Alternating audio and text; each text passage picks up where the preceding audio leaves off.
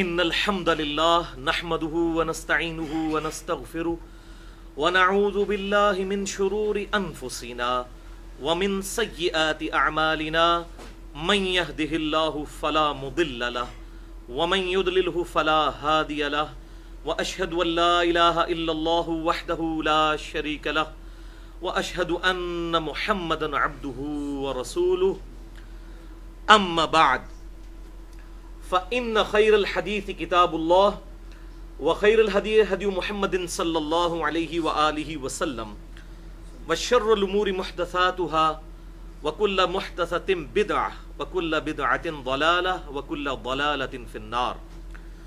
أعوذ بالله السميع العليم من الشيطان الرجيم من همزه ونفخه ونفثه. بسم الله الرحمن الرحيم. رب اشرح لي صدري ويسر لي امري واحلل عقدة من لساني يفقهوا قولي. بسم الله الرحمن الرحيم. ان الله وملائكته يصلون على النبي يا ايها الذين آمنوا صلوا عليه وسلموا تسليما. اللهم صل على محمد وعلى ال محمد كما صليت على ابراهيم وعلى ال ابراهيم انك حميد مجيد. اللهم بارك على محمد وعلى ال محمد كما باركت على ابراهيم وعلى آل ابراهيم انك حميد مجيد. الحمدللہ آج 27 ستمبر 2014 کو ہفتے کے دن 2 اور 3 ذوالحجہ 1435 ہجری کی درمیانی رات ہم انشاءاللہ تعالی قرآن کلاس نمبر 144 میں سورۃ التوبہ کی 4 آیات کو ان ڈیٹیل ڈسکس کریں گے، اور وہ آیات ہیں سورۃ التوبہ کی آیت نمبر 113 سے لے کر 116 تک. ہماری آج کی یہ گفتگو ایک حساس ترین ٹاپک پہ، ایک بڑے سینسٹیو ایشو پر انشاءاللہ ویڈیو بک بننے جا رہی ہے، اور ہماری آج کی گفتگو ہماری ویب سائٹ اہلسنتپاک.com پر، ہمارے یوٹیوب کے چینل اور tune.pk کے چینل انجینئر محمد علی مرزا کے تھرو اپلوڈ ہوگی، اور بھائی فیس بک پہ بھی انشاءاللہ اس کا لنک دے دیں گے. اور اس گفتگو کا عنوان ہوگا مسئلہ نمبر 98، ایمان ابی طالب اور والدین مصطفیٰ صلی اللہ علیہ وآلہ وسلم سے متعلق صحیح عقیدہ کیا ہے. مسئلہ نمبر 98، ایمان ابی طالب اور والدین مصطفیٰ صلی اللہ علیہ وآلہ وسلم سے متعلق صحیح عقیدہ کیا ہے. بھائیو، اس حوالے سے پوری دنیا میں اور خصوصاً ہمارے سب کانٹیننٹ انڈیا، پاکستان اور بنگلہ دیش کے معاشرے میں بڑے ایکسٹریم رویے پائے جاتے ہیں. ایک ایکسٹریم پہ ہمارے اہل سنت کہلوانے والے مین 2 بڑے گروہ، بریلوی اور دیوبندی، اور اہل تشیع کا بھی موقف وہی ہے، اور دوسری ایکسٹریم پر اہل سنت کہلوانے والا ایک اور تیسرا گروہ یعنی اہل حدیث یا سلفی وہ ہیں. انشاءاللہ میں کوشش کروں گا کہ کتاب و سنت کے دلائل کی روشنی میں جو حق بات ہے، جس کی جتنی حق بات ہے اس کو ایکسیپٹ کیا جائے، اور جو غلط بات ہے اس کو کتاب و سنت کے دلائل کی روشنی میں، جذبات کی بنیاد پر نہیں، کتاب و سنت کے دلائل کی روشنی میں رد کیا جائے. اور چونکہ یہ لیکچر کریٹیکل ہے، لہٰذا میں وہی بات ریپیٹ کر دوں کہ بھائیوں، میری روٹی دین کے ساتھ نہیں جڑی ہوئی، اور میں اپنی ذات کی خاطر دین سے 1 روپیہ کمانے کو بھی حرام سمجھتا ہوں، کیونکہ جو شخص اپنا ذریعہ معاش دین کو بنا لے وہ کبھی بھی حق بات نہیں کر سکتا. اسی لیے میں نے فرقہ واریت کو 3 طلاقیں دے کر اور 4 تکبیریں پڑھ کر ہمیشہ کے لیے دفنا دیا ہے. اللہ تعالیٰ سے دعا کریں کہ اس دن سے پہلے کہ ہماری روٹی ہمارے دین کے ساتھ یا فرقے کے ساتھ جڑ جائے، اللہ تعالیٰ ہمیں اس دن سے پہلے ایمان و عافیت کے ساتھ مدینہ شریف میں موت، بقیع غرقد میں مدفن، اور جنت الفردوس میں اپنے محبوب صلی اللہ علیہ وسلم کے قدموں میں جگہ عطا فرمائے، آمین. بھائیو، آج کے لیکچر کے حوالے سے ایک ریفرنس پیج آپ کو مل چکا ہے جس پہ سورۃ التوبہ کی یہ 4 آیات بھی درج ہیں، 113 سے لے کر 116 تک، اور ساتھ ہی ساتھ کراس ریفرنس کے طور پر 5 قرآن پاک کے مختلف مقامات سے آیات درج ہیں. وہ انشاءاللہ ساتھ ساتھ میں ان کے حوالے بھی دیتا جاؤں گا. آج کے لیکچر کے دوران جتنی صحیح الاسناد حدیث آئیں گی میں انشاءاللہ ان کے مکمل ریفرنسز اور ان کے نمبرز علماء حرمین بیروت اور دارالسلام کی انٹرنیشنل نمبرنگ کے مطابق بتا دوں گا، جس کے مطابق عربی کتب شائع ہوتی ہیں اور بڑے بڑے جو عربی سافٹ ویئرز ہیں مکتبۃ الشاملہ اور دیگر سافٹ ویئرز اسی کے مطابق بنتے ہیں۔ پھر بھی اگر کسی کے کوئی کیوری ہو تو لیکچر کے اینڈ پہ مجھ سے سوال کیا جا سکتا ہے۔ لیکچر کے دوران کسی کو سوال کرنے کی اجازت نہیں، کیونکہ اس سے ہماری گفتگو کا ڈیکورم ڈسٹرب ہو جائے گا۔ اور بعد میں بھی مجھے ای میل پر بھی رابطہ کر سکتے ہیں، mirza_95@yahoo.com میرا ای میل ایڈریس ہے۔ اب اللہ کا نام لے کر آج کی گفتگو کی طرف آتے ہیں۔ یہ انتہائی کریٹیکل اور سینسٹیو گفتگو ہے اور پل صراط پر چلنے کی مانند ہے، کیونکہ جناب ابی طالب اور والدین مصطفیٰ صلی اللہ علیہ وآلہ وسلم کے ایمان کو ہم نے ڈسکس کرنا ہے۔ اگر ہم نے اپنے ماں باپ کے ایمان کو ڈسکس کرنا ہو تو وہ شاید اتنا مشکل کام نہیں ہے جتنا ان ایشوز کو ریزالو کرنا ہے، کیونکہ لوگوں کے جذبات ان ایشوز کے ساتھ وابستہ ہیں اور وہ کتاب و سنت کے دلائل کو بالکل الگ رکھ کر اپنے جذبات کی بنیاد پر فیصلہ کرنے کی کوشش کرتے ہیں۔ تو انشاءاللہ ہم اللہ تعالیٰ سے مدد مانگتے ہوئے نستعین باللہ ونتوکل علیہ وحسبنا اللہ ونعم الوکیل ولا حول ولا قوة الا باللہ العلی العظیم اپنی گفتگو شروع کرتے ہیں۔ ایک دفعہ دروشی پڑھ لیجئے۔ اللہم صلی علی محمد وعلی آل محمد کما صلیت علی ابراہیم وعلی آل ابراہیم انک حمید مجید۔ اللہم بارک علی محمد وعلی آل محمد کما بارکت علی ابراہیم وعلی آل ابراہیم انک حمید مجید۔ سورۃ التوبہ آیت نمبر 113 سے 116 اپنا ریفرنس پیج نکال لیجئے۔ اعوذ باللہ السمیع العلیم من الشیطان الرجیم، بسم اللہ الرحمن الرحیم۔ ما کان لنبی والذین آمنوا، کسی نبی کو یہ شایع نہیں ہے اور نہ کسی ایمان والے کے لیے یہ شایان شان ہے، ان یستغفروا للمشرکین، کہ وہ دعائے استغفار کریں مشرکین کے لیے، ولو کانوا اولی قربا، اگرچہ وہ ان کے قریبی رشتہ دار ہی کیوں نہ ہو۔ کتنی کلیئر کٹ بات ہے۔ من بعد ما تبین لہم انہم اصحاب الجحیم، اس کے بعد کہ ان پر یہ بات کھل جائے، واضح ہو جائے کہ ان کے وہ رشتہ دار تو دوزخی ہیں۔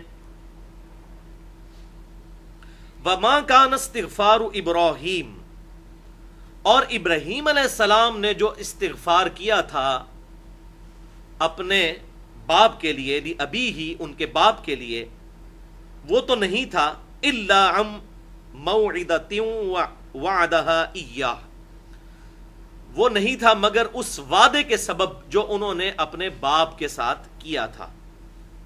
اور اس کا ذکر پھر سورہ مریم کی آیت نمبر 47 میں آتا ہے کہ جب ابراہیم علیہ السلام کہ اس دعوت حق کے ریونج پہ ان کے جو باپ تھے آزر وہ میدان میں اترے، تو انہوں نے ابراہیم علیہ السلام کو یہ دھمکی دی کہ میں تمہیں سنگسار کر دوں گا، گھر سے نکال دوں گا اور تمہیں سزا دوں گا، عذاب دوں گا۔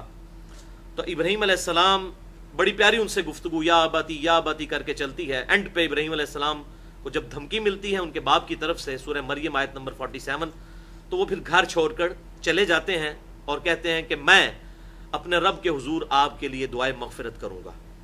تو اللہ تعالیٰ نے اس کی طرف اشارہ کیا کہ ابراہیم علیہ السلام کے باپ جو تھے وہ بھی مشرک تھے، انہوں نے اس وقت تو دعا کی ان کے لیے لیکن اس وعدے کی وجہ سے، لیکن فلما تبین لہ، جب ان پر یہ بات واضح ہو گئی، انہ عدو للہ، کہ ان کا باپ تو دشمن ہے اللہ کا، تبرأ منہ، تو انہوں نے اپنے باپ سے اعلان برات کر دیا، پھر انہوں نے دعا کرنی چھوڑ دی۔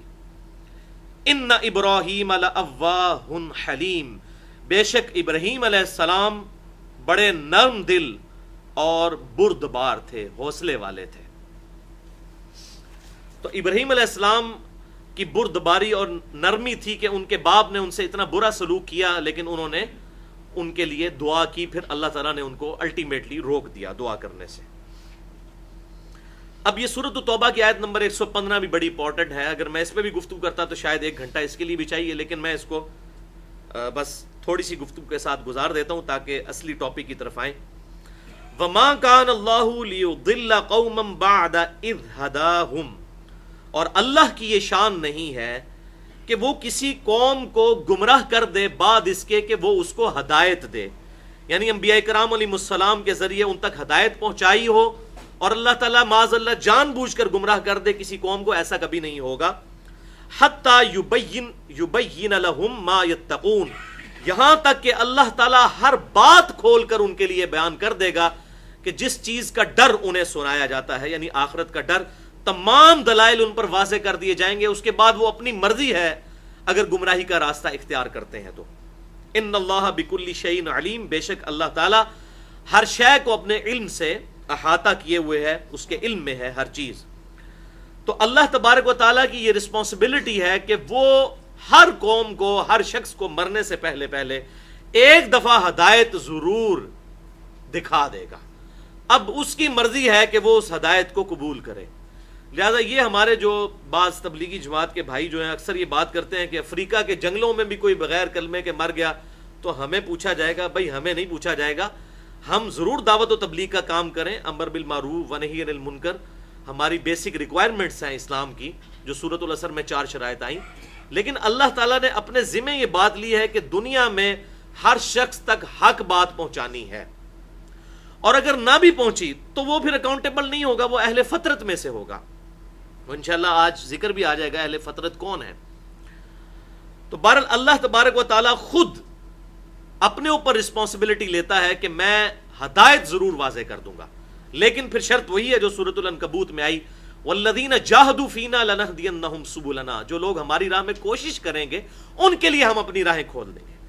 ایمان اس کائنات کی سب سے ایلیٹ چیز ہے، یہ کبھی بھی اس طریقے سے حادثاتی طور پر نہیں ملے گی، اس کو ارن کرنا پڑے گا۔ ایون کوئی اگر مسلمان کے گھر بھی پیدا ہوا ہے تب بھی اسے پوری ایفرٹ پٹ کر کے حق بات تک پہنچنا ہے۔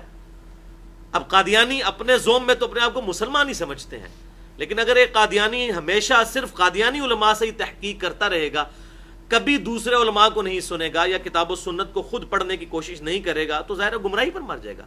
اسی طریقے سے ایک بریلوی، دیوبندی، اہل حدیث، اہل تشیع، جتنے مکاتب فکر ہیں، اگر وہ صرف اپنے علماء کے ساتھ جڑے رہیں گے تو کبھی بھی وہ کمپیریٹیو سٹڈی کر کے حق بات کو حاصل نہیں کر سکتے۔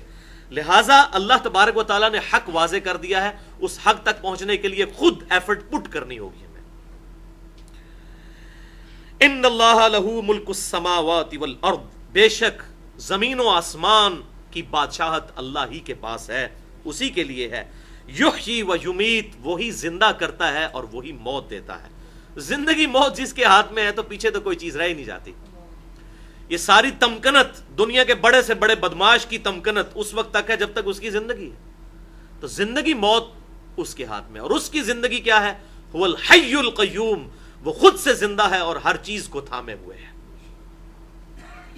وَمَا لَكُم مِّن دُونِ اللَّهِ مِن وَلِيٍّ وَلَا نَصِيرٍ، اور اللہ کے علاوہ نہ تو کوئی تمہارا حقیقی دوست ہے اور نہ کوئی حقیقی مددگار اور پشت پناہ۔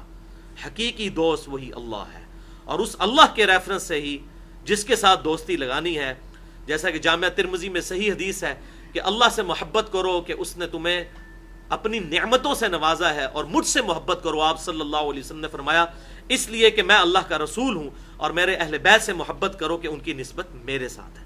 لہٰذا اہل بیت ہوں، صحابہ کرام علیہم رضوان ہوں، نبی صلی اللہ علیہ وسلم یا کائنات کی کوئی بھی ہستی ہو، سب سے محبت اللہ کے ریفرنس سے ہے۔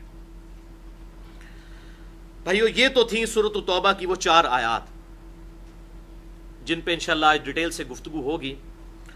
اب اس بحث سے صرف نظر کہ ابراہیم علیہ السلام کے والد کا نام آزر تھا یا تارخ تھا، کیونکہ تورات میں تارخ ملتا ہے، یہاں پر بھی ابی کا لفظ آیا آزر کے لیے، اس حوالے سے کافی کنفلکٹ اور اختلاف پایا جاتا ہے، اور یہ کوئی اتنا انٹرسٹنگ موضوع ہمارے لیے نہیں ہے۔ ہمارے لیے اہم یہ ہے کہ یہ آیات اس امت محمدیہ صلی اللہ علیہ وآلہ وسلم کے ریفرنس سے کس موقع پر نازل ہوئیں اور ان کا شان نزول کیا ہے۔ لہذا انہی آیات کے کانٹیکسٹ میں اور ایک اور آیت ہے سورۃ القصص کی آیت نمبر 56 جو آپ کے ریفرنس پر پہلی آیت ہے، ریفرنس نمبر 1۔ اس آیت کو پہلے پڑھ لیجئے۔ اعوذ باللہ السمیع العلیم من الشیطان الرجیم بسم اللہ الرحمن الرحیم انک لا تہدی من احببت ولکن اللہ یہدی من یشاء. بے شک اے محبوب صلی اللہ علیہ وسلم تم جس سے محبت کرتے ہو اسے ہدایت نہیں دے سکتے، اللہ جس سے چاہتا ہے ہدایت دے دیتا ہے. وَهُوَ أَعْلَمُ بِالْمُهْتَدِينَ، اور اسے خوب معلوم ہے کہ ہدایت کسے دینی ہے.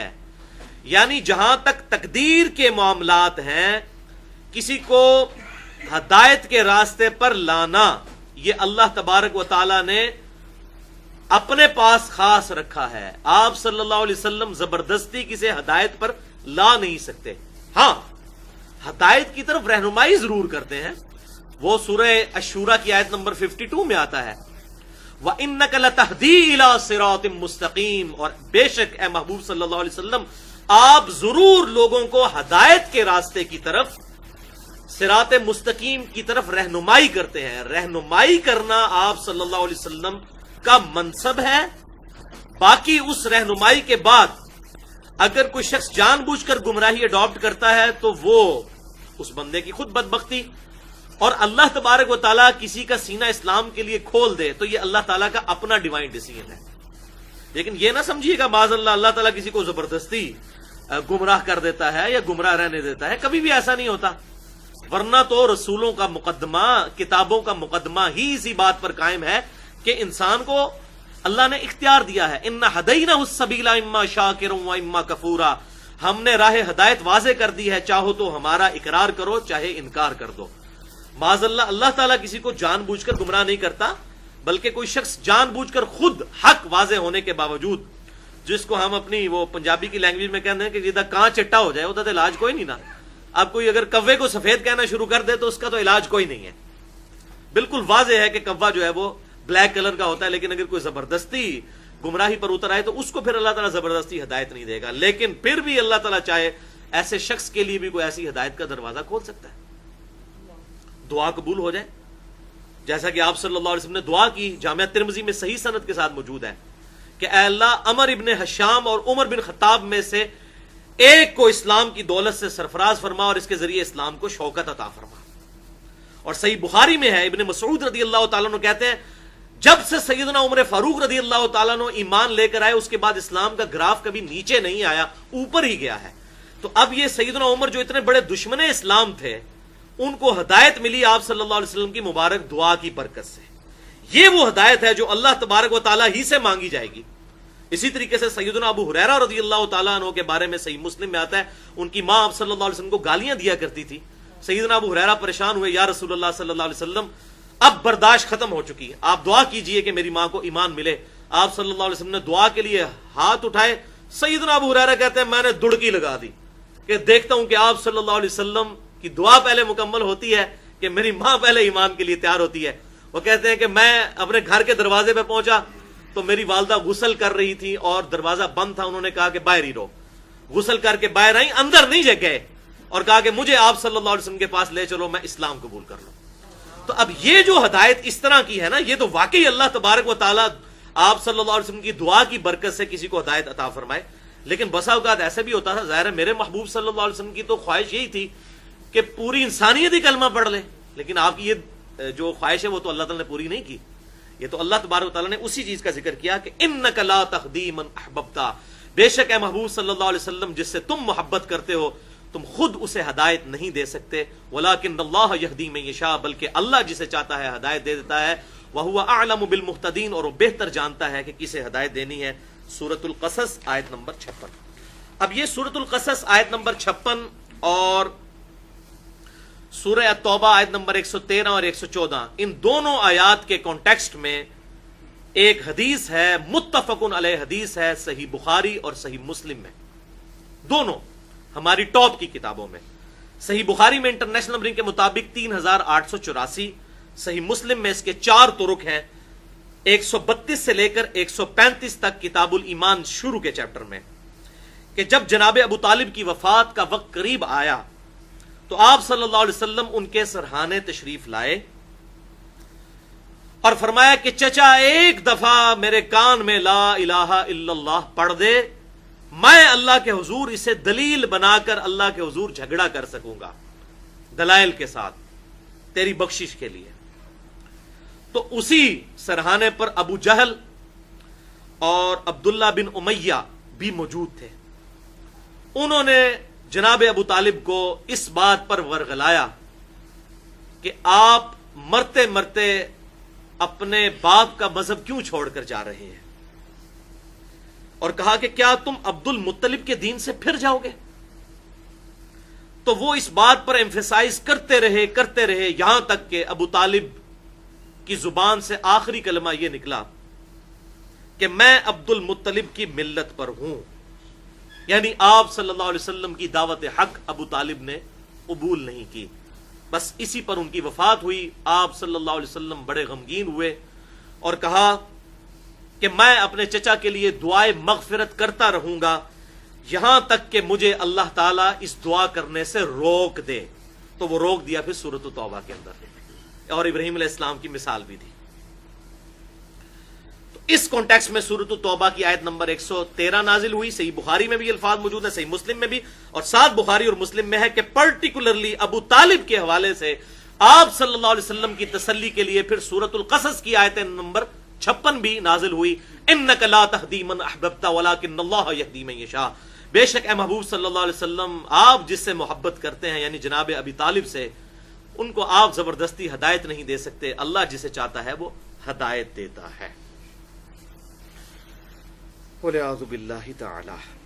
تو بھائیو، اسی کانٹیکسٹ میں ایون احمد رضا بریلوی صاحب المتوفا 1340 ہجری، انہوں نے ایک کتاب لکھی ہے رافضیوں کے خلاف. اہل تشیع کا جو سب سے گھناؤنا گروپ ہے رافضی، اس کتاب کا نام ہے رد الرافضہ، یعنی رافضیوں کا رد.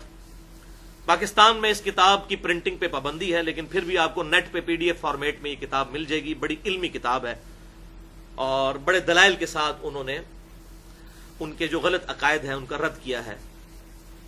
اس میں انہوں نے انہی آیات کے کانٹیکسٹ میں یہ بات بھی لکھی ہے رد الرافضہ میں احمد رضا بریلوی صاحب نے کہ بخاری اور مسلم کی ان واضح احادیث کی روشنی میں جو شخص ایمان ابی طالب کو زبردستی ثابت کرنے کی کوشش کرتا ہے وہ اہل سنت میں سے نہیں ہے. یہ میرا فتویٰ نہیں ہے. تو ڈاکٹر طاہر القادری صاحب نے جو ناجائز دھونس کے ساتھ کوشش کی ہے ایمان ابی طالب ثابت کرنے کی، تو یہ فتویٰ احمد رضا بریلوی صاحب کا ان پر جاتا ہے. اور انہوں نے ڈنکے کی چوٹ پہ اس بات کا رد کیا کہ ابو طالب نے ایمان قبول نہیں کیا، بلکہ اہل سنت کا اس پر اجماع ہے. تمام مکاتب فکر کا، بریلوی ہوں، دیوبندی ہوں، اہل حدیث ہوں، یا جتنے اہل سنت کے آف شوٹ ہیں، حنفی، شافعی، مالکی، حنبلی، سب کے سب اس پر متفق ہیں کہ ابو طالب کی موت ایمان پر نہیں ہوئی. ایون اہل تشیع کے ہاں بھی کوئی روایت ایسی موجود نہیں ہے جس میں ایمان ابی طالب کا ذکر موجود ہو. وہ کہتے ہیں ہماری بکس خاموش ہیں، نہ تو ان کے کفر پہ دلائل دیتی ہیں اور نہ ایمان قبول کرنے پر، لہذا ان کے پاس بھی کوئی مضبوط چیز نہیں ہے. اہل سنت کا موقف ہی حق پر ہے. لیکن یہاں پر یہ بھی یاد رکھیے گا کہ جناب ابی طالب کا نام ہم احترام سے لیتے ہیں کیونکہ ان کے احسانات ہمارے محبوب صلی اللہ علیہ وسلم پر ہیں. ہم ان کے ساتھ ان کے الفاظ بدتمیزی کے ساتھ نہیں لیتے، اور اس کے دلائل میں بخاری اور مسلم کی ایک حدیث بھی بڑی رکت انگیز انشاءاللہ بھی بیان کروں گا. تو چاہے جناب ابی طالب ہوں، چاہے جناب عبد المطلب ہوں، نام ہم احترام سے رہیں گے. عبد المطلب کا معاملہ ڈیفرنٹ ہے، ان تک تو آپ صلی اللہ علیہ وسلم کی دعوت ہی نہیں پہنچی. آپ کی عمر مبارک 8 سال تھی تو عبد المطلب دنیا سے چلے گئے، لہذا ان کا معاملہ تو وہی ہے جو صحیح مسلم میں انٹرنیشنل نمبرنگ کے مطابق کتاب الایمان چیپٹر میں 386 نمبر حدیث ہے کہ جس کسی یہودی یا عیسائی نے میرے بارے میں سن لیا کہ میں اللہ کا پیغمبر ہوں اور مجھ پر ایمان نہ لایا تو وہ دوزخ میں جائے گا. اب ظاہر ہے جس نے سنا ہی نہیں ہے اس کے اوپر تو وہ اپلیکیشن نہیں لگائی جا سکتی. اور پھر اس سے بھی بڑھ کر بخاری اور مسلم کی متفق علیہ حدیث ہے. بخاری میں 4315، مسلم میں 4615. غزوہ حنین کے کانٹیکسٹ میں آتا ہے کہ صرف 80 بندے آپ صلی اللہ علیہ وسلم کے ساتھ رہ گئے تھے. اور سورۃ توبہ میں اس کا ذکر ہے کہ جب مسلمانوں نے اپنی کثرت پہ گھمنڈ کیا، 12,000 کا مسلمانوں کا لشکر تھا، لیکن وہ سب کا سب تتر بتر ہو گیا جب قبیلہ حوازن اور ثقیف کے تیروں کا ان کو سامنا کرنا پڑا۔ صرف نبی صلی اللہ علیہ وسلم اور آپ کے ساتھ 80 اصحاب رہ گئے۔ اس وقت آپ صلی اللہ علیہ وسلم، بخاری اور مسلم کا میں حوالہ دے چکا، ایک رجز پڑھتے ہوئے آگے گئے اور آپ نے لیڈ کیا اپنے اصحاب کو، انا النبی لا کذب انا ابن عبد المطلب، میں نبی ہوں، اس میں کوئی جھوٹی بات نہیں ہے، میں عبد المطلب کا بیٹا ہوں، میں نبی ہوں، اس میں کوئی جھوٹی بات نہیں، اور میں عبد المطلب کا بیٹا ہوں۔ تو آپ صلی اللہ علیہ وسلم نے فخریہ طور پر عبد المطلب کا نام بھی لیا اس رجز کے اندر۔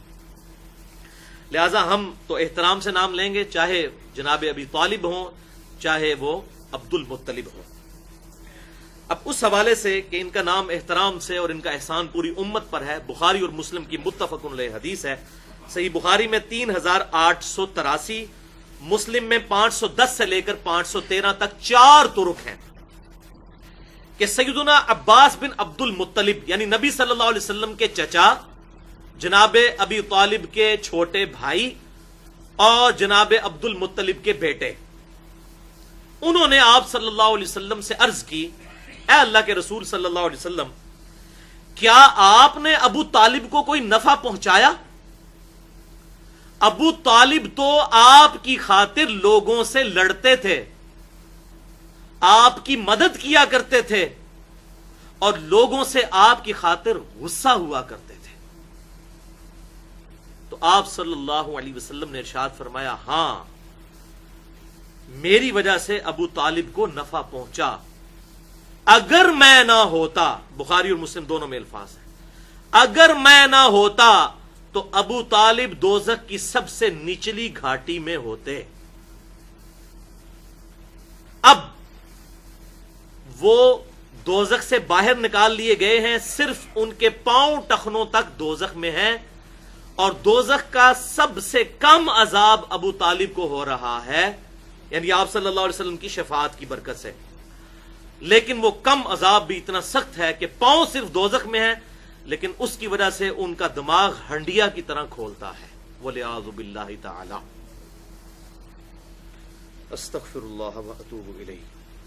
اور مسلم کے الفاظ ہیں، انٹرنیشنل نمبرنگ کے مطابق 511 نمبر جو طرق آتا ہے، اس میں الفاظ ہیں، وجدتہ فی غمرات من النار، میں نے انہیں دوزخ کی سب سے نچلی گھاٹی میں، ان گڑھوں میں پایا، فاخرجتہ الی ضحضاح، تو میں نے انہیں کھینچ نکالا ہلکے عذاب کی طرف، یعنی آپ صلی اللہ علیہ وسلم نے ان کو باہر نکال لیا۔ اچھا، اس سے یہ بھی بات پتہ چلی کہ اگر کوئی کافر ہے، اب قرآن و سنت کے دلائل کی روشنی میں تو کافر کو تو کوئی مرنے کے بعد نفع نہیں پہنچ سکتا، لیکن ابو طالب کا معاملہ ڈیفرنٹ تھا۔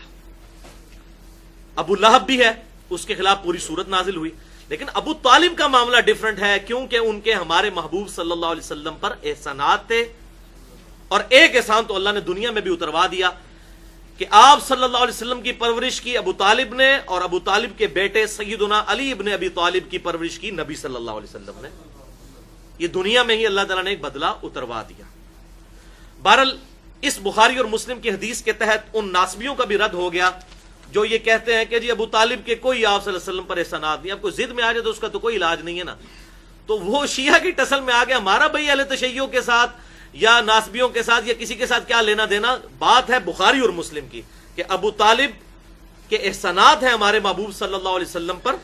اب یہ نہیں ہے کہ سیدنا علی کے بغض میں آ کر کوئی ابو طالب کا انکار کرنا شروع کر دے کہ ان کے کوئی احسانات نہیں ہیں، ورنہ تو بخاری اور مسلم کا انکار لازم آئے گا۔ لہذا ہم جناب ابی طالب کا نام احترام کے ساتھ اس حوالے سے لیتے ہیں۔ اب جناب ابی طالب اور جناب عبد المطلب کے حوالے سے ہماری گفتگو کنکلوڈ ہوئی۔ اب ہم دوسرے حصے کی طرف آتے ہیں، اور وہ ہے والدین مصطفیٰ صلی اللہ علیہ وسلم سے متعلق صحیح عقیدہ کیا ہونا چاہیے۔ اس پہ جانے سے پہلے ایک دفعہ دروشی پڑھ لیجئے۔ اللہم صلی علی محمد وعلی آل محمد کما صلیت علی ابراہیم وعلی آل ابراہیم انک حمید مجید۔ اللہم بارک علی محمد وعلی آل محمد کما بارکت علی ابراہیم وعلی آل ابراہیم انک حمید مجید۔ بھائیو، والدین مصطفیٰ صلی اللہ علیہ وآلہ وسلم سے متعلق کیا عقیدہ ہونا چاہیے، اس کے لیے جو ہم نے اصول اور مبادی کھڑے کرنے ہیں وہ قرآن کی روشنی میں کرنے ہیں، کیونکہ ہمارے عقائد کی بنیادی کتاب ہے القرآن۔ لہذا قرآن پاک کے ریفرنس سے اگلے کراس ریفرنسز جو آپ کے پاس ہیں آپ کے ریفرنس پیج پہ، ان پر آ جائیے۔ کراس ریفرنس نمبر 2، سورۃ المائدہ کی آیت نمبر 19۔ اعوذ باللہ السمیع العلیم من الشیطان الرجیم، بسم اللہ الرحمن الرحیم۔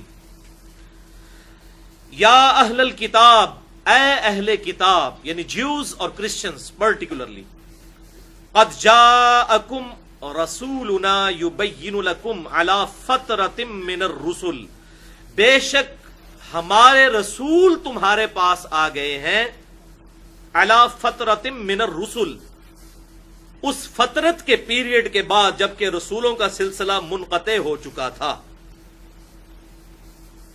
ان تقولوا ما جاءنا من بشیر ولا نذیر، تاکہ تم یہ نہ کہنا شروع کر دو کہ ہمارے پاس کوئی ڈر سنانے والا یا خوشخبری سنانے والا کیوں نہ آیا پیغمبر۔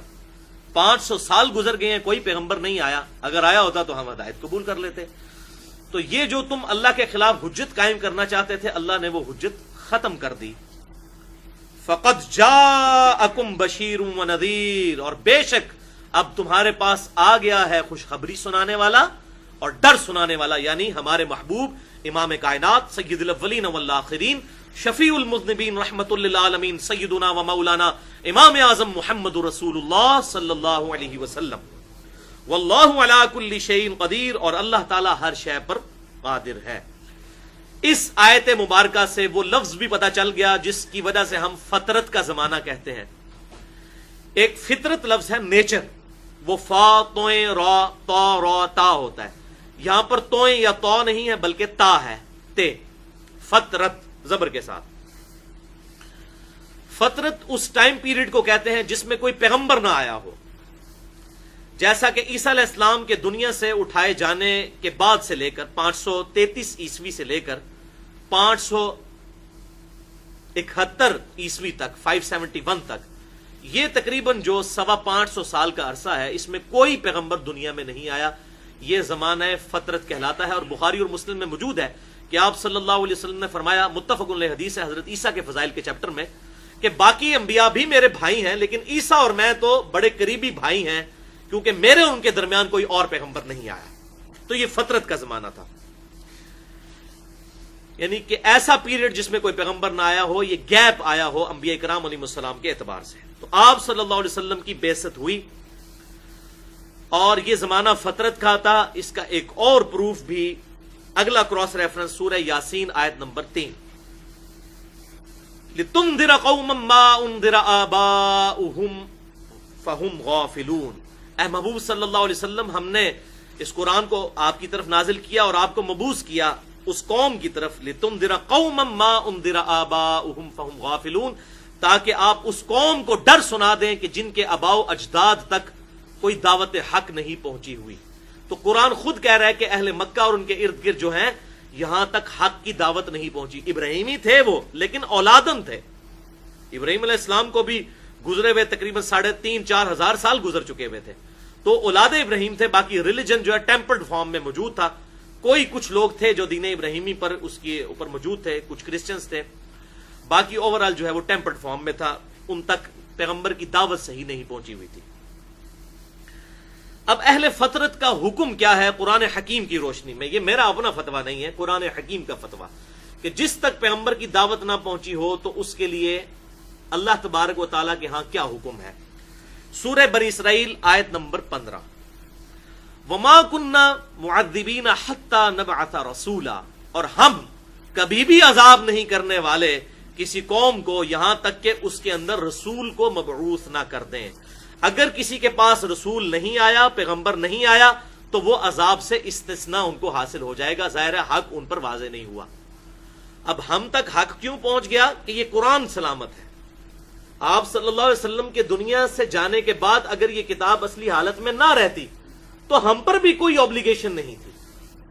اسی لیے آپ صلی اللہ علیہ وسلم کی نبوت چونکہ قیامت تک کے لیے تھی، لہٰذا یہ کتاب بھی قیامت تک کے لیے محفوظ کر دی گئی. انا نحن نزلنا الذکر وانا له لحافظون، بے شک اس الذکر یاد دہانی قرآن کو ہم نے نازل کیا اور ہم اس کی حفاظت کرنے والے ہیں.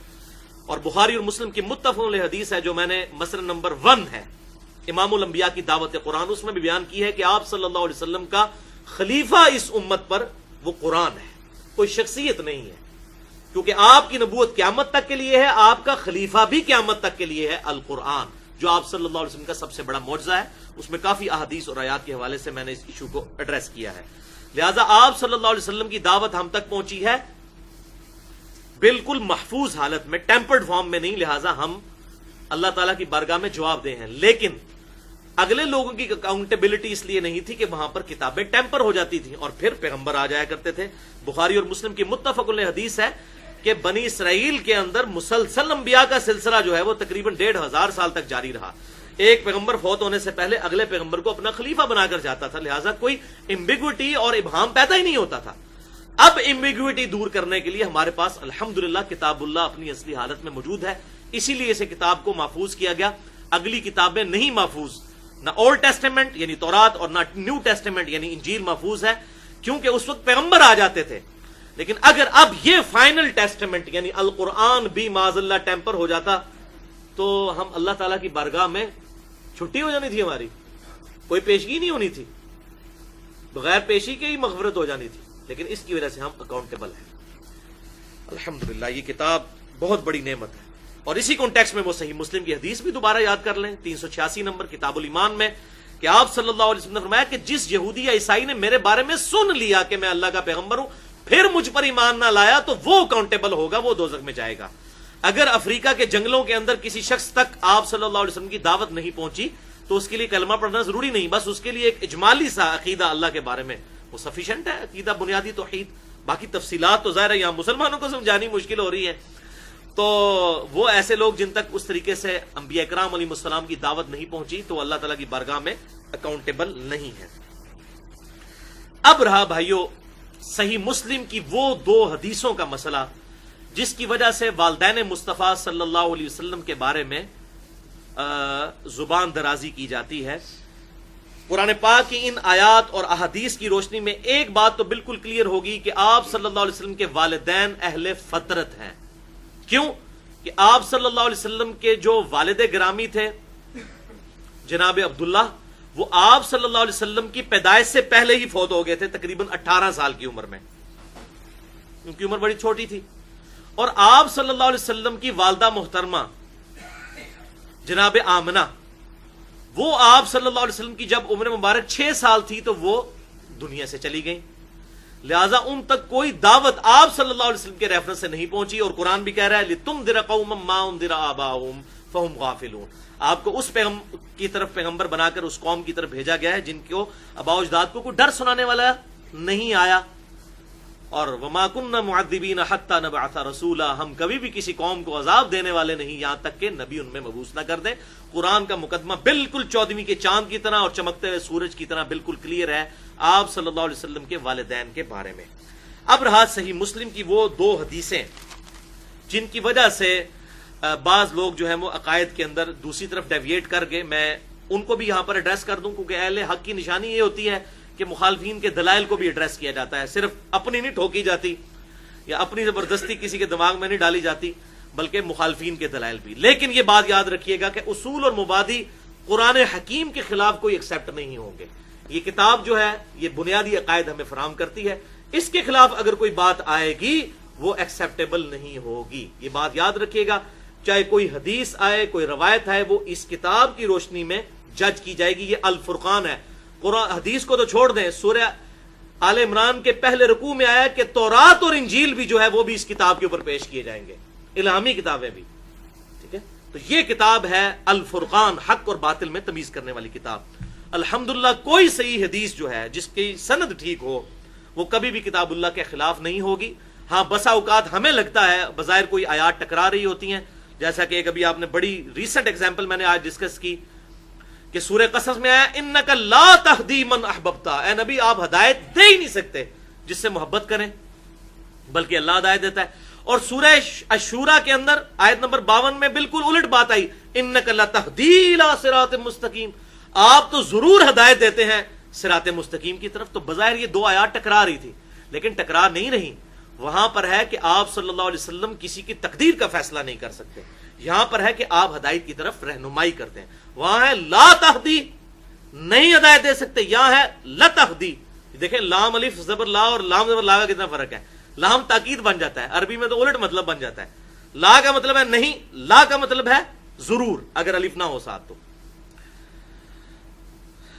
اسی والے سے میں نے وہ مسئلہ نمبر 23 تقریباً 55 منٹ کا ریکارڈ ہے، قرات سیکھنے کا طریقہ میں نے 40 منٹ کے اندر پورا قرات کیسے ایک عربی قرات کوئی سیکھ سکتا ہے وہ لیکچر دیکھا جا سکتا ہے، مسئلہ نمبر 23۔ اس میں بھی یہ میں نے لا اور لا کا فرق بتایا۔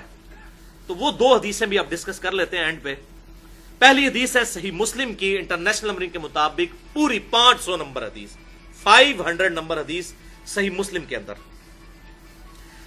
کہ ایک شخص نے آپ صلی اللہ علیہ وسلم کی خدمت میں حاضر ہو کر عرض کی، اے اللہ کے رسول صلی اللہ علیہ وسلم، این ابی، میرا باپ کہاں ہے؟ یعنی اس کی آخرت میں کیا معاملہ ہوا ہے؟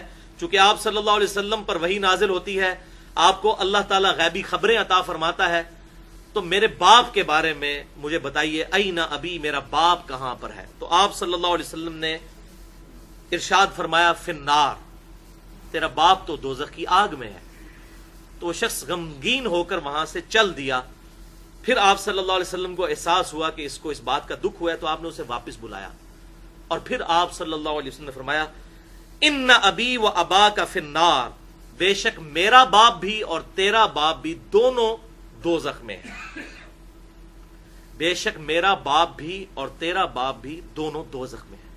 تو اس حدیث کی وجہ سے جو صحیح مسلم میں 500 نمبر حدیث ہے، لوگ کہتے ہیں کہ آپ صلی اللہ علیہ وسلم کے جو والد گرامی ہیں وہ معاذ اللہ استغفر اللہ دوزخ میں ہیں۔ تو الفاظ ذرا نوٹ کریں، اس میں والد کے الفاظ نہیں ہیں، ان ابی کے الفاظ ہیں۔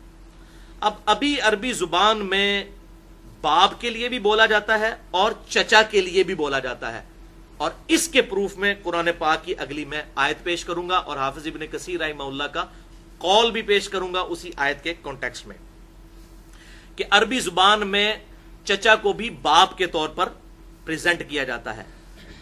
والد کا لفظ جو ہے نا وہ ان ایمبیگوس ہوتا ہے، والد وہی ہوگا جس کی وجہ سے اس کی پیدائش ہوئی۔ اب آپ صلی اللہ علیہ وسلم ہمارے والد تو نہیں ہیں، لیکن ہمارے باپ ہیں روحانی طور پر۔ کیوں؟ قرآن پاک میں سورۃ الاحزاب میں النبی اولیٰ بالمؤمنین من انفسہم وازواجہ امہاتہم، نبی صلی اللہ علیہ وسلم مومنین کی جانوں سے بڑھ کر ان پر حق رکھتے ہیں، اور نبی کی بیویاں امت کی مائیں ہیں۔ وہ امت کی والدہ نہیں ہے، ماں ہے۔ آپ صلی اللہ علیہ وسلم ہمارے روحانی باپ ہیں، والد نہیں ہے۔ ہاں کوئی سید ہو اور اہل بیت میں سے ہو، اس کا معاملہ ڈیفرنٹ ہے، وہ تو ظاہر ہے کہ آل رسول میں سے ہے، لیکن ایز اے امت ہم آل محمد میں داخل ہیں، سب کے سب امتی، کیونکہ آپ صلی اللہ علیہ وسلم کے امتی ہیں۔ آل محمد میں پوری امت داخل ہے، ہاں اہل بیت میں وہی ہیں جو آپ صلی اللہ علیہ وسلم کی اولاد میں سے ہیں۔ تو بہرحال اس کے ثبوت میں آپ کا آخری کراس ریفرنس ہے سورۃ البقرہ کی آیت نمبر 133، کہ ابی کا لفظ قرآن پاک نے چچا کے لیے بھی بولا ہے، اور اسی کانٹیکسٹ میں بخاری اور مسلم سے حدیث بھی میں انشاءاللہ ایک پیش کروں گا۔ اعوذ باللہ السمیع العلیم من الشیطان الرجیم، بسم اللہ الرحمن الرحیم۔ ام کنتم شہداء اذ حضر یعقوب الموت، اے یہودیو کیا تم اس وقت وہاں پر موجود تھے جب یعقوب علیہ السلام کی موت کا وقت قریب تھا؟ یعنی یہودی جو ہے وہ اپنے آپ کو بڑا کہتے تھے کہ ہم دین ابراہیمی کے اوپر ہیں، یعقوب علیہ السلام کا چونکہ لقب ہے اسرائیل، سورہ آل عمران میں ان کا لقب اسرائیل آیا ہے، اسی وجہ سے بنی اسرائیل ایک سورت بھی موجود ہے۔ اسرائیل یعقوب علیہ السلام کا لقب ہے، جو کہ ابراہیم علیہ السلام کے پوتے تھے، حضرت اسحاق کے بیٹے۔ تو اللہ تعالیٰ فرماتا ہے یہودیو، یعقوب علیہ السلام کی جب موت کا وقت قریب آیا تھا، کیا تم اس وقت وہاں پر موجود تھے؟ اذ قال لبنیہ ما تعبدون من بعدی، جبکہ انہوں نے اپنے بیٹوں کو، 12 بیٹے تھے جن سے یہودیوں کے پھر 12 قبائل بنے، اپنے بیٹوں کو موت کے وقت بلا کر انہوں نے کیا نصیحت کی تھی؟ انہوں نے کہا تھا ما تعبدون من بعدی، بتاؤ تم میرے بعد کس کی عبادت کرو گے؟ یہ باپ دیکھیں مرتے مرتے توحید کی دعوت دے کر جا رہا ہے اپنی اولاد کو. کوئی یہ نہیں کہہ رہا کہ میرے بعد فلاں پلاٹ تم لے لینا اور فلاں بینک بیلنس تم لے لینا. توحید، فکر ہے آخرت کی، عقیدہ توحید کی. یہ بتاؤ کہ میرے بعد تم کس کی عبادت کرو گے؟ قالوا نعبد الہک و الہ آبائک ابراہیم و اسماعیل و اسحاق. انہوں نے کہا کہ ابا جان ہم عبادت کریں گے آپ کے الہ کی، آپ کے معبود کی، جس کا تعارف آپ نے ہمیں کروایا ہے. وَإِلَٰهَ آبَائِكَ، اور آپ کے جو باپ ہیں ان کی، ابراہیم علیہ السلام، و اسماعیل اور اسماعیل علیہ السلام، و اسحاق اور اسحاق علیہ السلام کی. الہ واحدہ، اور الہ تو سب کا ایک ہی تھا اور ایک ہے. وَنَحْنُ لَهُ مُسْلِمُونَ، اور ہم اسی کے لیے فرما برداری اپنی شو کرتے ہیں، اسی کے فرما بردار ہیں. یہاں پر یعقوب علیہ السلام کے بیٹوں نے حضرت ابراہیم کو اپنا باپ کہا. وہ تو بات سمجھ آتی ہے، ان کے دادا تھے. لیکن ابراہیم کے بعد کس کو اپنا باپ کہا؟ اسماعیل کو. اسماعیل علیہ السلام تو ان کے باپ نہیں تھے، چچا لگتے تھے. کیوں؟ کہ حضرت یعقوب علیہ السلام کے جو اپنے والد محترم تھے وہ تو حضرت اسحاق تھے. حضرت اسماعیل تو ان کے بھائی تھے حضرت اسحاق کے، لہذا وہ حضرت یعقوب علیہ السلام کے چچا تھے. جب باپ کا چچا ہے تو اولاد کا بھی وہ چچا ہوگا. لیکن یہاں پر ابی کا لفظ ان کے چچا کے لیے بھی بولا گیا، اور اسی پر حافظ ابن کثیر المتوفا 774 ہجری، جن کو اہل سنت کہلوانے والے تینوں گروہ بریلوی، دیوبندی اور اہل حدیث اپنے بزرگوں میں شمار کرتے ہیں، اور ان کی تفسیر کو ایک اعلیٰ درجے کی تفسیر مانتے ہیں. اگرچہ میرے نزدیک اس میں کئی ایک عقائد جو ہیں کتاب و سنت کے خلاف ہیں، اور بسا اوقات شرک کی بو بھی آتی ہے ان عقائد سے. بہرحال میں نے اس کا رد مختلف موقعوں پر کیا ہے. اوورال ایک اچھی کوشش ہے وہ. اس میں انہوں نے اسی آیت کے کانٹیکسٹ میں لکھا، یہی بحث کی کہ حضرت یعقوب علیہ السلام کی اولاد نے کیوں کہا کہ حضرت اسماعیل ہمارے باپ ہیں. تو انہوں نے کہا اس لیے کہا کہ عرب کی لنگوسٹک کے اندر، عرب کی میتھولوجی میں چچا کے لیے بھی باپ کا لفظ بولا جاتا تھا. اس لیے انہوں نے حضرت اسماعیل کو بھی اپنے باپ کے طور پر شمار کیا، حالانکہ ان کا اپنا باپ یعقوب اور یعقوب کے باپ حضرت اسحاق اور ان کے باپ حضرت ابراہیم علیہ السلام تھے. وہ لڑی چل رہی تھی بنی اسرائیل کی. اب اسی کانٹیکسٹ میں ایک حدیث ہے جو بخاری اور مسلم کی متفق علیہ حدیث ہے. صحیح بخاری میں 1468، صحیح مسلم میں 2277، اور یہ صحیح مسلم کے الفاظ ہیں جو میں پڑھنے لگا ہوں. مشکات میں بھی اس کا نمبر 1778 مشکات میں بھی موجود ہے، زکوٰۃ والے چیپٹر میں، کہ سیدنا عمر فاروق رضی اللہ تعالیٰ عنہ کو آپ صلی اللہ علیہ وسلم نے زکوٰۃ وصول کرنے کے لیے بھیجا. تو سیدنا عباس بن عبد المطلب جو حضور صلی اللہ علیہ وسلم کے چچا تھے، یعنی جناب ابی طالب کے چھوٹے بھائی، تو وہ تازہ مسلمان ہوئے تھے. انہوں نے زکوٰۃ دینے سے انکار کر دیا حضرت عمر کو. صحیح مسلم میں الفاظ ہیں 2277 نمبر حدیث میں، آپ صلی اللہ علیہ وسلم کو سیدنا عمر نے آ کر شکایت کی کہ آپ کے چچا جو ہیں وہ تو زکوٰۃ جمع ہی نہیں کروا رہے. تو آپ صلی اللہ علیہ وسلم نے فرمایا کہ میرے چچا عباس بن عبد المطلب کی زکوٰۃ میرے ذمہ ہے، اور اے عمر سن لو، ان عم الرجل سنو ابی، بے شک انسان کا چچا باپ کی مثل ہوتا ہے. صحیح مسلم میں سے تھا نا، ان ابی، بے شک میرا باپ اور تیرا باپ دوزخ میں ہے، اور یہ صحیح مسلم میں ہی ہے 2277 کہ عمر عباس میرا چچا ہے، اور یاد رکھ کہ چچا باپ کی مثل ہوتا ہے. مسلم کا جواب مسلم شریف سے، قرآن سے تو خیر اس سے پہلے، اس سے بڑا جواب الحمدللہ. تو یہ معاملہ اس حوالے سے کلیئر ہو گیا کہ یہ بیسیکلی آپ صلی اللہ علیہ وسلم نے جو فرمایا کہ میرا باپ اور تیرا باپ آگ میں ہے، تو اس سے مراد تھے جناب ابی طالب، جن کے بارے میں بخاری اور مسلم میں ہم سن چکے. آپ صلی اللہ علیہ وسلم کو ظاہر ہے کہ ان کے مرنے کا غم تھا، وہ باپ کی طرح ہی تھے، پالا بھی تھا، چچا سگے بھی تھے، اور پھر پرورش بھی کی تھی. آپ صلی اللہ علیہ وسلم کے لیے وہ لڑتے بھی تھے، غصہ بھی کرتے تھے، اور وہ ایک جو قبیلہ تھا بنو ہاشم، اس کے وہ سردار تھے. اور آپ صلی اللہ علیہ وسلم کی دعوت و تبلیغ میں جتنی تکالیف تھیں، اس پہ دنیاوی طور پر سبب تو اللہ تعالیٰ نے 2 ہستیوں کو ہی بنایا تھا. ایک حضرت ختیجہ تھی رضی اللہ تعالیٰ عنہا، ان کے مال کے ذریعے، اور ابو طالب کی اسٹرینتھ کے ذریعے آپ صلی اللہ علیہ وسلم کی اللہ تعالیٰ نے مدد فرمائی تھی. بہرحال تو یہاں پر کنایا ہے تیرا باپ اور میرا باپ، ابھی کے الفاظ ہیں، والد کے نہیں، لہٰذا ہمیں قرآن پاک کی ان آیات کی روشنی میں تعویل کرنی پڑے گی. کیوں کہ لِتُنذِرَ قَوْمًا مَّا أُنذِرَ آبَاؤُهُمْ فَهُمْ غَافِلُونَ اور وَمَا كُنَّا مُعَذِّبِينَ حَتَّى نَبْعَثَ رَسُولًا. بالکل واضح ہے کہ یہ باپ سے مراد یہاں پر آپ صلی اللہ علیہ وسلم نے اپنے چچا ابی طالب، جناب ابی طالب کو لیا. اب دوسری اور آخری حدیث جو اس کانٹیکسٹ میں پیش کی جاتی ہے وہ صحیح مسلم میں انٹرنیشنل نمبرنگ کے مطابق 2257 ہے، مشکات میں بھی اس کا نمبر 1763 ہے، کہ آپ صلی اللہ علیہ وسلم اپنی والدہ کی وفات کے تقریباً 50 سال کے بعد ان کی قبر پر گئے، اور آپ صلی اللہ علیہ وسلم قبر مبارک پر جا کر انتہائی روئے، اتنے روئے کہ تمام صحابہ کرام، مسند امام احمد میں آتا ہے تقریباً 1000 کے قریب صحابہ آپ کے ساتھ تھے. مسلم شریف میں ان کی تعداد نہیں آئی، وہ سب کے سب رونا شروع ہو گئے.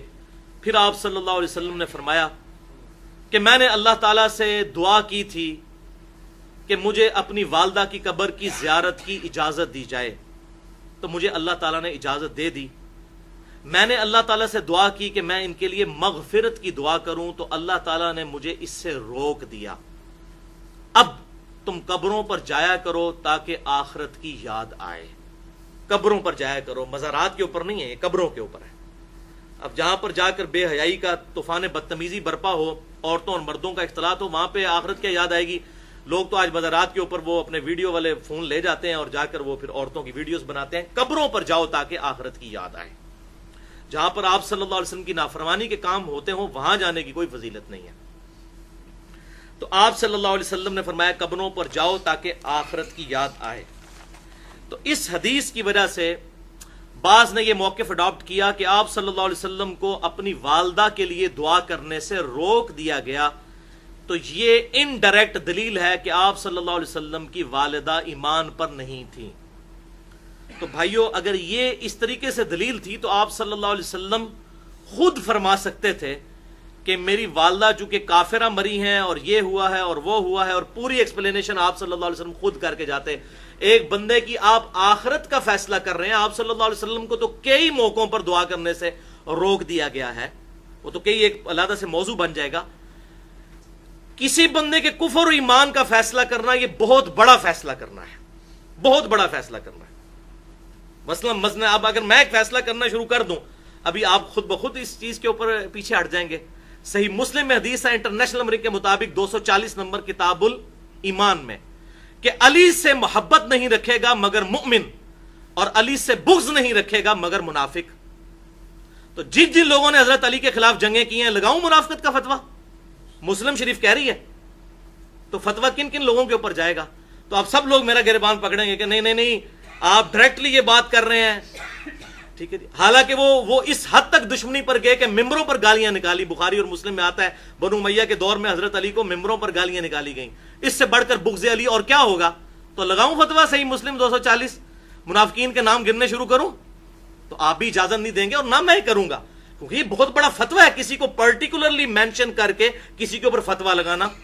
جب تک کہ واضح دلیل نہ موجود ہو اور اس کو بالکل نص قطعی سے کسی کی آخرت کا فیصلہ نہ کر دیا جائے. یہ بڑا سینسٹیو مسئلہ ہے، کوئی ہمارے ماں باپ کا مسئلہ تو نہیں ہے. اس کی بجائے اگر کوئی خاموشی اختیار کر لیتا ہے تو وہ زیادہ احتیاط کے اوپر مبنی ہے، بجائے یہ کہ وہ اپنی زبان کھولے اور معاملہ بالکل خراب ہو جائے. تو یہاں پر میں ایک آیت پیش کروں گا، سورۃ الاحزاب کی آیت نمبر 57 ہے. سورۃ الاحزاب کی آیت نمبر 56 ہے، ان اللہ و ملائکتہ یصلون علی النبی. اس سے اگلی آیت ہے سورہ الاحزاب کی آیت نمبر 57. بسم اللہ الرحمن الرحیم. ان الذین یؤذون اللہ ورسولہ لعنہم اللہ فی الدنیا والآخرہ. جو لوگ بے شک اذیت دیتے ہیں اللہ اور اس کے رسول کو، ان پر لعنت ہے دنیا اور آخرت کی زندگی میں. وَأَعَدَّ لَهُمْ عَذَابًا مُهِينًا. اور ایسے لوگوں کے لیے اللہ تعالیٰ نے ذلیل و خوار کر دینے والا عذاب تیار کر رکھا ہے جو اللہ اور اس کے رسول کو تکلیف دیتے ہیں. تو میں تو یہاں تک کہتا ہوں کہ ابو طالب کا نام بھی بدتمیزی سے لینا رسول اللہ کو تکلیف دینا ہے. حتیٰ کہ یہ صحیح سند کے ساتھ ثابت ہے کہ جب ابھی قحافہ ایمان لے کر فتح مکہ پر حضرت ابوبکر صدیق کے باپ مسلمان ہوئے اور انہوں نے کہا یا رسول اللہ صلی اللہ علیہ وسلم، کاش میرا باپ اسلام نہ لے کر آتا اور ابو طالب ایمان لے آتے تو آپ کو زیادہ خوشی ہوتی. تو حضور نے بھی پھر اپنے جذبات کو نہیں چھپایا اور کہا ابو بکر ہاں واقعی ابو طالب کے ایمان لانے کی مجھے زیادہ خوشی ہوتی بنسبت تیرے باپ کے ایمان لانے. وہ بھی فتح مکہ پہ مسلمان ہوئے 90 سال کی عمر میں تقریباً, اور وہ فوت بھی حضرت بکر صدیق کے بعد ہوئے ہیں پھر. تو آپ یہ اندازہ کریں کہ اس میں بڑی احتیاط ہے. لہٰذا اس حوالے سے اپنی گفتگو کو کنکلوڈ کرتے ہوئے میں اپنے محترم اور شیخ حافظ زبیر علی زئی رحمہ اللہ المتوفی 1435 ہجری انہی کے موقف کو اڈاپٹ کروں گا جو احتیاط پر مبنی ہے. میں نے ان پر پورا لیکچر بھی ریکارڈ کروایا ہے 2.5 گھنٹے کا تقریباً, مسئلہ نمبر 80 کے نام سے. شیخ حافظ زبیر علی زئی رحمہ اللہ ایک حق گو عالم دین. اس میں ان کے ویڈیو کلپس بھی موجود ہیں, اور والدین مصطفیٰ صلی اللہ علیہ وسلم کے ایمان کے حوالے سے ان کا اپنا ویڈیو کلپ موجود ہے, جس میں انہوں نے کہا کہ یہ تمام احادیث ہیں لیکن میں ان کے بارے میں سکوت اختیار کرتا ہوں. ان کے الفاظ ہیں, یہی آیت انہوں نے کوٹ کی ہے اس میں, کہ میں نہیں چاہتا کہ میری زبان سے کوئی ایسے الفاظ نکلیں کہ میں اللہ اور اس کے رسول کو تکلیف دوں اور دوزخ میرا مقدر بن جائے. 5واں سوال ہے, ان الذین یؤذون اللہ ورسولہ لعنهم اللہ فی الدنیا والآخرہ وأعد لهم عذابا مہینا, کے تحت بریلوی اور دیوبندی عوام کے برعکس اہل حدیث حضرات کا نبی صلی اللہ علیہ وسلم کے والدین سے متعلق زبان کھولتے ہوئے مطلقاً کہنا کہ آپ صلی اللہ علیہ وسلم کے والدین پکے کافر تھے, کیا نبی صلی اللہ علیہ وسلم کو اذیت دینے کے مترادف نہیں ہے؟ سب سے پہلے تو یہ مسئلہ یاد رکھیں کہ اللہ اور رسول کو جو تکلیف دینا ہے اس کی بہت سی قسمیں, گالیاں دینا, برا کہنا, مخالفت کرنا, یہ ساری اللہ رسول کو تکلیف دینے والی بات ہے. تو بریلوی اور دیوبندی عوام جو کہتے ہیں ہمارے نزدیک اصل دلیل قرآن کی آیت نہیں حدیث نہیں ہے, میں 14 سال اس حدیث کا جواب سوچ رہا ہوں, وہ اللہ رسول کو تکلیف دینے والے ہیں جو حدیث کو رد کرنے والے. دوسرا یہ کہ جو رسول اللہ صلی اللہ علیہ وسلم کے ساتھ متعلقہ چیزیں ہیں, مثلا سیدنا حسین کو شہید کرنا, ان کو برا کہنا, یہ بھی آپ کو تکلیف دینی ہے. اسی طرح والدین کا جو مسئلہ ہے اس کے بارے میں میرا یہ موقف ہے کہ اس بارے میں سکوت کرنا چاہیے. اگرچہ بریلویوں دیوبندیوں دونوں کے جو مولوی تھے ملا علی قاری, اس نے کتاب لکھی ہے نبی صلی اللہ علیہ وسلم کے والدین کے بارے میں, کہ اس میں اس نے بڑے سخت الفاظ لکھے, میں یہاں بیان نہیں کر سکتا. وہ کتاب آپ دیکھ سکتے ہیں, میرے پاس موجود ہے, اور اس نے سیوطی کا رد کیا ہے. تو اس بارے میں جو اہل حدیث ہو, اگر کسی نے کہا ہے تو اس نے کوئی صحیح مسلم کی حدیث پیش کی ہوگی. حدیثیں صحیح ہیں, صحیح مسلم کی حدیث صحیح ہے اور حدیثیں صحیح ہیں, لیکن ہم جو ہیں رسول اللہ صلی اللہ علیہ وسلم کے بارے میں سکوت کرتے ہیں. اللہ جانے ان کے والدین کا معاملہ جانے, ہماری زبان سے کوئی ایسی بات نہ نکل جائے کسی وجہ سے جو ہے ہم سارے ہمارے اعمال ہی ضائع ہو جائیں. اچھا, اور یہ تو شیخ صاحب کا وہ موقف تھا جو ویڈیو میں ریکارڈ ہے. 17 جون 2009 کو جو میں نے شیخ زبیر علی زئی رحمہ اللہ کا 100 سوالات والا انٹرویو ریکارڈ کیا, جو ہزاروں لوگ یوٹیوب پہ دیکھ چکے ہیں, اسی گفتگو کے بعد میں نے شیخ زبیر علی زئی صاحب سے والدین مصطفیٰ صلی اللہ علیہ وسلم کے ایمان کے حوالے سے ڈسکشن کی, اور میں نے یہی سارے دلائل ان کے سامنے رکھے جو آج میں پہلی دفعہ ویڈیو ریکارڈنگ میں لے کے آ رہا ہوں. شیخ صاحب کہتے تھے میں خاموشی اختیار کرتا ہوں, نہ ادھر ہوں نہ ادھر ہوں. اب ان کی احتیاط تھی. میں کہتا ہوں یہ سب سے اچھا موقف ہے, بجائے یہ کہ بندہ اپنے گاٹے کو فٹ کر لے شاید خام خواہ راہ جان دے دی. تو میں نے جب شیخ صاحب کو یہ دلائل رکھے تو مجھے کہتے علی بھائی بس بس بس بس بس, میری تو اپنی خواہش ہے کہ میں جنت میں حضور صلی اللہ علیہ وسلم کے والدین کے ساتھ ملاقات کروں. یہ میری اگر آپ خواہش پوچھیں تو یہی ہے, الحمدللہ. اچھا, اب یہاں پر میں ایک دو چیزیں اور بھی کلیئر کر دوں, کیونکہ کچھ سخت باتیں بھی اب ظاہر ہو گئی اس حوالے سے, کہ اگر کسی کا موقف ان احادیث کی بنا پر ایسا ہو جاتا ہے تو ہم اس پہ کوئی گستاخی کا فتویٰ نہیں لگاتے, کیونکہ کوئی بھی بندہ گستاخ نہیں مرنا چاہتا, چاہے کوئی بریلوی ہو, دیوبندی ہو, اہل حدیث ہو, اہل تشیع ہو. کوئی شخص یہ نہیں چاہتا کہ میں گستاخ رسول ہو کر مروں, معاذ اللہ, استغفر اللہ. یہ کسی کی خواہش نہیں ہے. سب آپ صلی اللہ علیہ وسلم سے محبت کرتے ہیں. بخاری اور مسلم کی متفق علیہ حدیث ہے, تم میں سے اس وقت تک کوئی شخص مومن ہی نہیں ہو سکتا جب تک کہ میں اسے اس کے ماں باپ اولاد سب لوگوں سے بڑھ کر عزیز نہ ہو جاؤں. تو الحمدللہ ایسا کوئی مسئلہ نہیں. مولویوں کا جو پراپوگنڈا الگ جگہ ہے کہ فلاں گستاخ رسول ہے اور فلاں یہ اور فلاں جو ہے, کوئی بھی کلمہ گو اہل قبلہ گستاخ رسول ہونے کا سوچ بھی نہیں سکتا. لہٰذا اگر ایسے کسی کے ساتھ معاملات ہوں تو پیار محبت سے سمجھانا چاہیے, اور فتویٰ پھر بھی کسی پہ نہیں لگنا چاہیے. کیونکہ امام نسائی رحمۃ اللہ علیہ جو اہل سنت کے بڑے امام ہیں, اور کتب ستہ میں ان کی کتاب ہے سنن نسائی المتوفی 303 ہجری, انہوں نے یہ جو مسلم شریف کی 2257 نمبر حدیث تھی جو آپ صلی اللہ علیہ وسلم اپنی ماں کی قبر پر گئے تھے. یہ حدیث سنن نسائی میں انٹرنیشنل نمبر کے مطابق 2035 آتی ہے. تو امام نسائی نے اس پر باب باندھا ہے مشرک کی قبر پر جانے کا جواز. تو اس کا مطلب ہے کہ امام نسائی رحمہ اللہ کا بھی یہی عقیدہ تھا, کیونکہ باب کی ہیڈنگ امام کا عقیدہ ہوتا ہے. جیسے امام بخاری نے کتاب الاستئذان چیپٹر میں صحیح بخاری کے اندر ایک باب باندھا ہے 2 ہاتھ سے مصافحے کا جواز, اور نیچے وہ حدیث لے کے آئے کہ عبداللہ بن مسعود رضی اللہ تعالیٰ عنہ کو آپ صلی اللہ علیہ وسلم نے تشہد تعلیم فرمایا اس حال میں کہ آپ صلی اللہ علیہ وسلم کے دونوں مبارک ہاتھوں میں ان کا ہاتھ تھا. اس سے امام بخاری نے ایک رزلٹ نکالا کہ کسی کے ہاتھ کو 2 ہاتھ سے پکڑا جا سکتا ہے, یہ جائز ہے.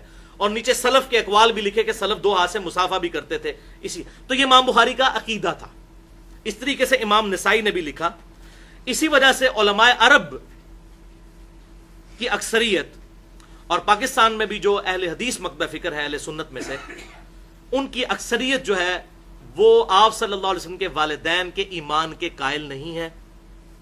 ان کے لیے میرا خصوصاً مشورہ ہے ان تمام دلائل کی روشنی میں ان تک یہ لیکچر بھی پہنچے کہ ایٹ لیسٹ انہیں شیخ زبیر علی زئی رحمہ اللہ والا موقف ضرور اڈاپٹ کر لینا چاہیے کہ وہ خاموشی اختیار کریں, کیونکہ دلائل دونوں طرف موجود ہیں. اور احتیاط کا تقاضا بھی یہ ہے کہ آپ سے یہ پوچھا نہیں جانا کہ آپ صلی اللہ علیہ وسلم کے والدین مسلمان تھے یا کافر تھے, تو خام خواہ اپنے گلے مصیبت نہ فٹ کریں اور کہیں اللہ اور اس کے رسول صلی اللہ علیہ وسلم کو اذیت نہ دے لی جائے. لیکن یہاں پر میں ہمارے جو بریلوی اور دیوبندی بھائی ہیں جو اس وقت سب کے سب آپ صلی اللہ علیہ وسلم کے والدین کے ایمان کے قائل ہیں, ان کے لیے بھی میں ایک ذرا کڑوی بات کر دوں تاکہ ان کو بھی ذرا اس حوالے سے تسلی ہو جائے کہ ان کے بزرگ بھی کیا گل کھلا کے گئے ہیں. ملا علی قاری جو حنفیوں کے مرشد اعظم ہیں, المتوفا 1014 ہجری, ملا علی قاری جن کی وہ شرح مشکات بھی ہے, یعنی امام حنیفہ رحمۃ اللہ علیہ اور قاضی ابو یوسف اور امام محمد کے بعد اگر سب سے بڑی کوئی پرسنالٹی گزری ہے وہ ملا علی قاری ہیں.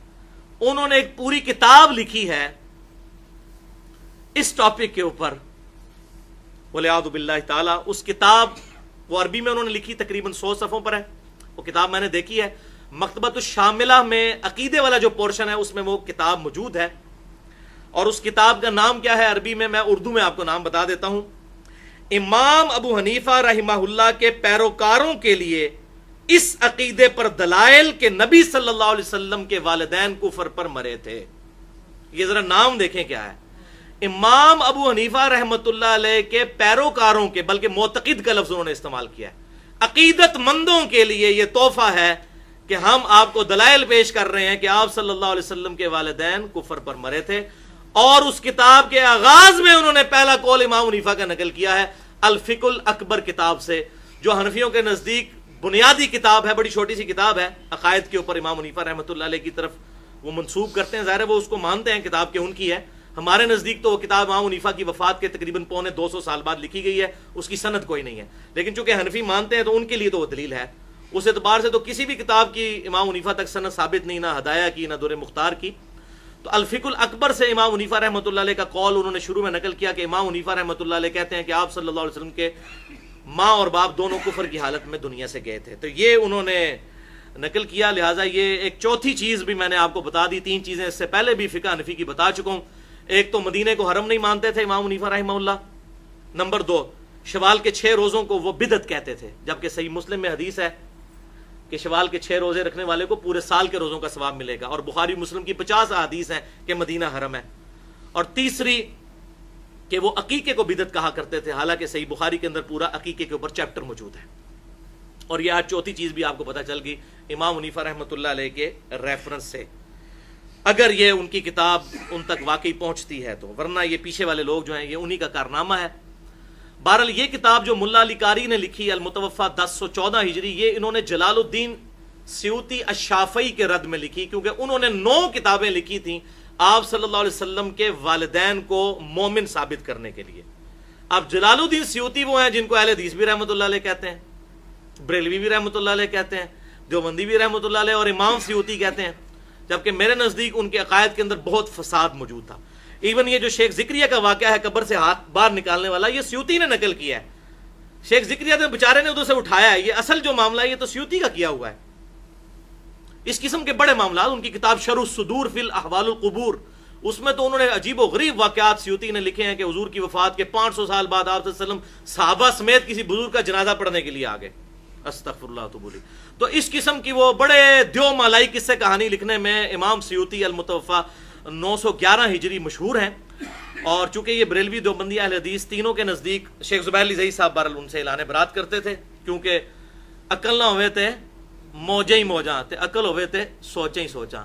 ان کو چونکہ عقل تھی، ان کو پتا تھا کہ سیوطی صاحب نے کیا کارنامے اپنی کتابوں میں کیے ہوئے ہیں، تو وہ اعلان برات کرتے تھے. اور میرے انٹرویو میں جب میں نے سیوطی کا نام لیا، انہوں نے کہا جی چھوڑو، ان کی بات نہ کرو ہمارے سامنے، ہمیں کتاب و سنت کے دلائل کے اوپر بات کرو. تو سیوطی نے جب کتابیں 9 لکھی، ان کے رد میں ملا علی قاری نے پھر یہ کتاب لکھی تھی کہ یہ دلائل ہیں امام حنیفہ کے عقیدت مندوں کے لیے کہ رسول اللہ کے ماں باپ کفر پر مرے تھے والعیاذ باللہ تعالی.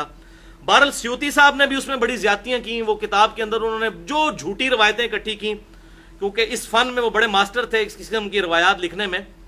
تو سیوطی صاحب نے اس کتاب کے اندر لکھا کہ آپ صلی اللہ علیہ وسلم نے اپنے ماں باپ کی وفات کے بعد ان کو قبر سے زندہ کیا اور پھر کلمہ پڑھایا دوبارہ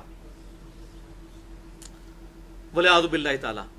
تو آپ مجھے بتائیں، اگر کوئی مرنے کے بعد زندہ کر کے اس طریقے سے فرضی طریقے سے کلمہ بھی کسی کو پڑھایا جائے تو کلمہ تو کسی کام کا نہیں ہے اگر وہ کفر پر مرا ہے. تو سورۃ الانبیاء کی آیت نمبر 95 ہے کہ حرام ہے اس بستی کے لیے کہ ہم جسے موت دے دیں کہ وہ قیامت سے پہلے وہ واپس آ جائے. مرا ہوا شخص تو کبھی دنیا میں آ نہیں سکتا. تو اب اس قسم کے واقعات، اور پھر مجھے صد افسوس اس وقت ہوا جب میں نے حافظ ابن کثیر کو سورۃ التوبہ کی آیت نمبر 113 سے 116 کے دوران تفسیر ابن کثیر میں، ابن کثیر المتوفا 774 ہجری، انہوں نے بھی یہ روایتیں نقل کی. اور امام طحاوی المتوفا 321 ہجری اور امام قرطبی المتوفا 668 ہجری، ان کے حوالے سے یہ کہا کہ آپ تو ماں باپ کی بات کرتے ہیں، حضور نے تو ابو طالب کو بھی دوبارہ زندہ کر کے کلمہ پڑھایا تھا.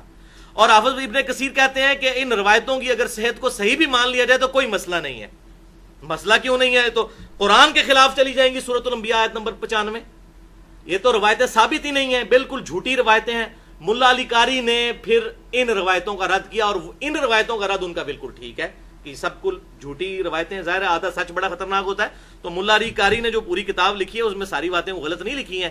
جو جھوٹی باتیں تھیں سیوطی صاحب کی، وہ انہوں نے ان کا رد کیا، اور امام قرطبی کا اور حافظ ابن کثیر نے جو انڈورس کیا ہے اس کا بھی رد ہوا. لہذا یہ بالکل غلط ہے. ہم اس عقیدے کو قرآن حکیم کے بالکل خلاف سمجھتے ہیں. اور بخاری اور مسلم کی وہ متفق علیہ حدیث بھی یاد کر لیجئے کہ آپ صلی اللہ علیہ وسلم نے فرمایا کہ توبہ موت کے غرغرے سے پہلے پہلے قبول ہوتی ہے. تو جو بندہ مر گیا اس کو قبر سے نکال کے کوئی توبہ کروا بھی لے تو کسی کام کی نہیں. جب وہ زندہ تھا اور اس پہ نزع کا عالم آ گیا، موت کا غرغرہ آ گیا، تو اس کی بھی توبہ قبول نہیں ہے. چاہے جائے کہ ایک بندے مرے ہوئے بندے کو آپ زندہ کریں، جو روایتیں بھی بالکل جھوٹی ہیں. لہٰذا آج کی گفتگو کا کنکلوژن کیا ہے کہ جناب ابو طالب کی وفات کفر پر ہوئی، لیکن ہم ان کا احترام کرتے ہیں کیونکہ ان کا احسان ہمارے محبوب صلی اللہ علیہ وسلم پر ہے. اور آپ صلی اللہ علیہ وسلم کے والدین جو ہیں یہ اہل فطرت میں سے تھے. لہٰذا ہم وہ ایکسٹریم رویہ بھی اختیار نہیں کرتے کہ انہوں نے وہ کلمہ پڑھ لیا زندہ ہو کے دوبارہ اور یہ معاملات، اور نہ ہم دوسری طرف جاتے ہیں. احتیاط کا تقاضا یہ ہے کہ ہم ان کے معاملے میں خاموشی اختیار کرتے ہیں، ان کو اہل فطرت میں داخل کرتے ہوئے معاملہ اللہ تعالیٰ کے سپرد کرتے ہیں. اور میں آخر میں ضرور دعا کروں گا شیخ زبیر علی زئی رحمہ اللہ کے لیے، اللہ تعالیٰ ان کی قبر کو نور سے بھر دے کہ جنہوں نے یہ جرت کی. پاکستان میں ظاہر ہے کہ ان کے لیول کا کوئی عالم نہ تھا، نہ اب کوئی ہے موجود علمی اعتبار سے. میرے نزدیک تو علماء عرب میں بھی اسماء و رجال کے علم کے اعتبار سے، چاہے شیخ البانی ہو یا کوئی اور، شیخ زبیر علی زئی صاحب کو اللہ تعالیٰ نے جو ملکہ دیا تھا کسی اور کی مہارت نہیں تھی. اور کسی کو شوق ہو تو وہ مسئلہ نمبر 80 ضرور دیکھے. شیخ زبیر علی زئی رحمہ اللہ ایک حق گو عالم دین، اس میں نے اس کے علمی دلائل بھی دیے ہیں کہ وہ کتنی بڑی شخصیت تھے. انہوں نے کم از کم ایک دفعہ یہ اعلان حق بلند کیا ہے کہ بھائی خاموشی اختیار کرو. اور میں انشاءاللہ تعالی کوشش کروں گا، اب یہ کریٹیکل لیکچر ہے، کہ میں اس لیکچر کے اینڈ پہ وہ کلپ بھی شیخ صاحب کا ڈال دوں تاکہ اگر کسی نے میری بات کو نہیں ماننا ضد اور ہٹ درمی کی وجہ سے، کم از کم وہ شیخ زبیر علی زئی صاحب کی بات کا ضرور ریگارڈ کرے کہ اتنا بڑا عالم جس کے پاس علمی دلائل بھی موجود تھے، پھر بھی انہوں نے اس معاملے میں احتیاط سمجھی اور کسی بھی گستاخی سے بچنے کے لیے انہوں نے کہا کہ ہم خاموشی اختیار کرتے ہیں. انہوں نے کہا حدیثیں بالکل ٹھیک ہیں، حدیثوں کا انکار نہیں ہے. وہ آگے نہیں گئے اس کی تعویلات کی طرف، میں نے الحمدللہ اس کی علمی دلائل بھی سامنے رکھے ہیں. کسی کو بھی اختلاف ہو سکتا ہے, ہم یہ نہیں کہتے کسی پہ فتویٰ نہیں لگاتے. میں تو امام نسائی پہ فتویٰ نہیں لگایا کہ انہوں نے کیوں باب باندھا, ہم کسی پہ فتویٰ نہیں لگاتے, یہ خوارج کا طریقہ ہے. اور اہل سنت کا منہج یہ ہے کہ کسی کی علمی دلائل کے ساتھ اس کا رد کر دیا جائے, اس کے بعد معاملہ اللہ تعالیٰ پر چھوڑ دیا جائے. اللہ تعالیٰ سے دعا ہے جو حق بات میں نے کہی اللہ تعالیٰ ہمارے دلوں میں راسخ فرمائے. اگر جذبات میں میرے منہ سے کوئی غلط بات نکل گئی تو اللہ تعالیٰ ہمارے دلوں سے محو کر دے, ہمیں کتاب و سنت کی تعلیمات پر عمل کر کے دوسرے بھائیوں تک پہنچانے کی توفیق عطا فرمائے. سبحانک اللہم و بحمدک, اشہد ان لا الہ الا انت, استغفرک و اتوب الیک, وما علینا الا البلاغ المبین.